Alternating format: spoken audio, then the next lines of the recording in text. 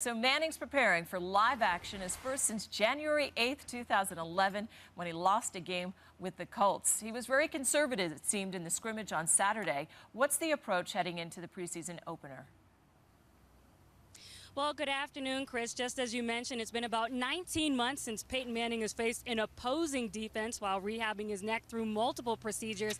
And now he has about one more practice after this and one more walkthrough before making his 2012 preseason debut against the Bears on Thursday night. But take a look at this.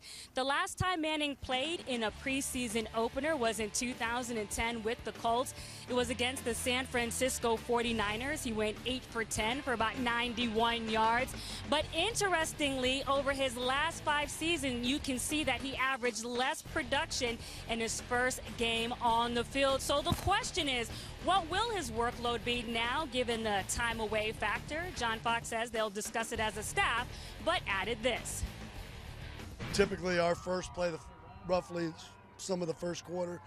Seconds come in for the second and third, and then our thirds finish the game in the fourth. And I don't see us deviating too much from that. Even as a chance to maybe get Peyton more reps because he hasn't played in such a long time? That would not be a topic of discussion, no.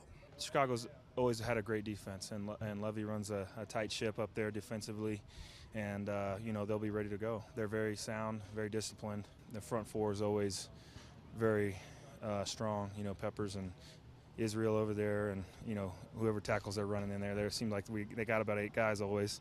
It'll be a test for everybody, but I'm sure Peyton, he's seen it all in 14 years, so he'll be fine. So given Caleb Haney's history with the Bears, that's 3 years, he was asked, did Peyton Manning come over and ask you for any additional insight on Chicago's defense? And he said, no, not really. We haven't talked scheme that much because we're still in training camp mode. So, Chris, it could be that, or perhaps the experience factor, given that Haney has 3 touchdowns in his entire career, and Peyton Manning has more than double that against the Bears alone.